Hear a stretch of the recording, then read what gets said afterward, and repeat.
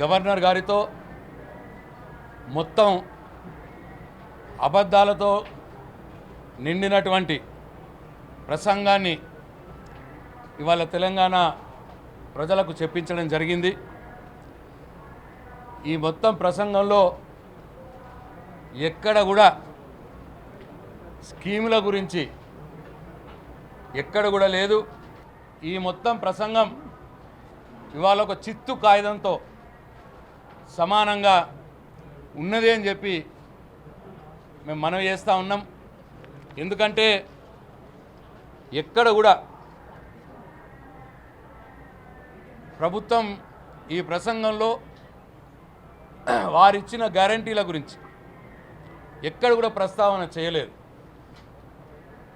వారు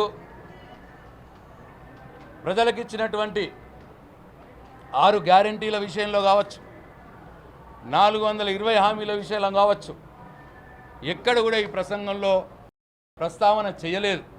ఈ గవర్నర్ ప్రసంగం పూర్తిగా డొల్లా.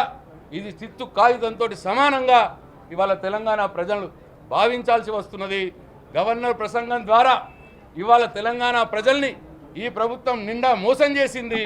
వారు చేయవలసినటువంటి కార్యక్రమాల గురించి ఎక్కడ కూడా పొందుపరచకుండా ఇక మేము ఇప్పటిదాకా మేము ఏం చేయలేదు, రాబోయే కాలంలో కూడా ఏం చెయ్యము అని స్పష్టంగా చెప్పినట్టు ఈ గవర్నర్ ప్రసంగం ద్వారా తెలంగాణ సమాజం భావించవలసి వస్తుంది.